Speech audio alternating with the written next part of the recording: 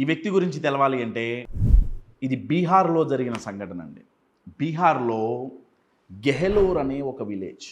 గెహలోర్ village పేరు. ఈ గెహలోర్ అనే గ్రామంలో వాళ్ళకి ఏది కావాలన్నా సరే పక్కనున్న ఇంకొక ఊరు మీద డిపెండ్ అవ్వాల్సిన పరిస్థితి. ఆ పక్కనున్న ఊరి పేరు వజీర్గంజ్. గెహలోర్, వజీర్గంజ్. గెహలోర్ వాసులకి ఒక గవర్నమెంట్ స్కూల్ కావాలి, వాళ్ళ ఊర్లో ఉండేది కాదు, వజీర్గంజ్కి వెళ్ళాలి. వాళ్ళకు ఒక హాస్పిటల్ కావాలి, వజీర్గంజ్కి వెళ్ళాలి.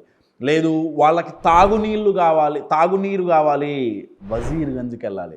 కశ్యప్ పక్కనే అండి, పెద్ద ఇదేం కాదు. కశ్యప్ మరి పక్కనే కదా, పొయ్యి తెచ్చుకోవచ్చు కదా, పెద్ద ప్రాబ్లం ఏంటి? ప్రాబ్లం ఏంటంటే అండి, ఈ రెండు విలేజెస్ని మధ్యలో ఒక పెద్ద 300 అడుగుల పర్వతం సెపరేట్ చేసింది. అంటే మధ్యలో ఒక పెద్ద పర్వతం, ఇటు పక్కన గెహలోర్, ఇటు పక్కన వజీర్గంజ్.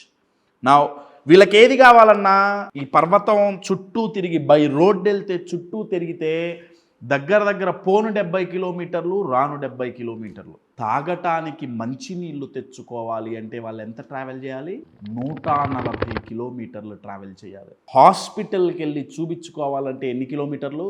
140 కిలోమీటర్లు పోను రాను.